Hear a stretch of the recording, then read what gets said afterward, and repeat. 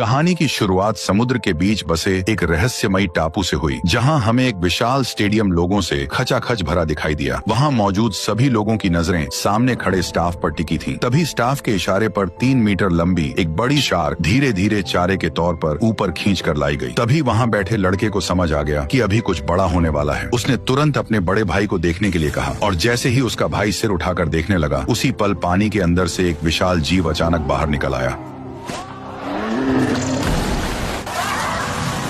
ठीक उसी पल देखने वाला प्लेटफॉर्म अचानक धीरे धीरे नीचे जमीन के अंदर उतरने लगा। दरअसल यहाँ एक और भी ज्यादा खतरनाक शो उनका इंतजार कर रहा था। जैसे ही प्लेटफॉर्म नीचे पहुंचा, तब वही विशाल जीव अब बिल्कुल सामने साफ दिखाई देने लगा, जिससे वहाँ मौजूद लोगों की एक्साइटमेंट और बढ़ गई। तभी जोरदार तालियों के बीच उस बड़े से जीव ने, जिसका नाम मोसासॉरस था, एक ही झटके में शार्क को पूरा निगल लिया। दरअसल भविष्य की दुनिया में एक टेक कंपनी ने जीन टेक्नोलॉजी की मदद से डायनासोरों को दोबारा जिंदा कर दिया था और पैसा कमाने के लिए उन्होंने पूरा एक आइलैंड खरीद लिया था। फिर सारे डायनासोर उसी आइलैंड पर रखे गए और उसी जगह को जुरासिक वर्ल्ड पार्क में बदल दिया गया। डायनासोरों की वजह से यह आइलैंड बहुत जल्दी दुनिया का सबसे बड़ा टूरिस्ट स्पॉट बन गया। हर साल यहाँ छुट्टियां मनाने आने वाले लोगों की संख्या करोड़ों में पहुंच गई। लेकिन 20 साल तक सब सुरक्षित चलने के बाद डायनासोर लोगों के लिए बिल्कुल चिड़ियाघर के हाथियों जैसे हो गए, जिससे अब लोगों को उनमें पहले जैसा इंटरेस्ट नहीं रहा। इसलिए गिरती कमाई और बढ़ते खर्च को रोकने के लिए डॉक्टर वू की टीम ने अलग अलग जानवरों के जीन मिलाकर एक नया मॉन्स्टर डायनासोर बनाया, जिसका बेहद सीधा और डरावना नाम इंडोमिनस रेक्स रखा गया, जिसे लोगों का इंटरेस्ट बढ़ाने के लिए तैयार किया गया था। लेकिन किसी को अंदाजा नहीं था कि यही डायनासोर पूरे पार्क के लिए सबसे बड़ी मुसीबत बनने वाला है। उसी समय पार्क का मालिक इंडोमिनस रेक्स को देखने पहुंचा। तब पता चला कि यह डायनासोर उम्मीद से ज्यादा बड़ा और बेहद चालाक है, जो कई बार कांच तोड़कर भागने की कोशिश कर चुका है। उसकी खतरनाक समझ देखकर मालिक घबरा गया और सिक्योरिटी चेक के लिए रिटायर हो चुके नेवी ट्रेनर ओवेन को बुलाया। दरअसल ओवेन पहले नेवी में काम कर चुका था और रिटायर होने के बाद उसे यहाँ डायनासोर को ट्रेन करने की जिम्मेदारी दी गई थी। इस समय वह रैप्टर एरिया में काम कर रहा था, जहाँ वो नेवी ट्रेनिंग में सीखे एक्सपीरियंस से रैप्टरों को कंट्रोल करने की कोशिश कर रहा था। और हैरानी की बात यह थी कि वो उन खतरनाक रैप्टरों को कंट्रोल कर पा रहा था। लेकिन तभी एक हादसा हो गया। जब नया फीडर एक छोटे सुअर को पकड़ने की कोशिश कर रहा था, उसी दौरान एक रैप्टर ने उसे झपट कर सीधे जू के अंदर खींच लिया और अगले ही पल वहाँ मौजूद सभी रैप्टरों का ध्यान उसी कर्मचारी पर टिक गया। और अब हालात ऐसे बन गए कि वह किसी भी पल रैप्टरों का शिकार बन सकता था। तभी खतरे की उस घड़ी में ओवेन ने तुरंत जू का गेट खोल दिया और तेजी से अंदर दौड़कर उस नए कर्मचारी के सामने खड़ा हो गया और रैप्टरों को पीछे हटने के लिए लगातार कमांड देने लगा।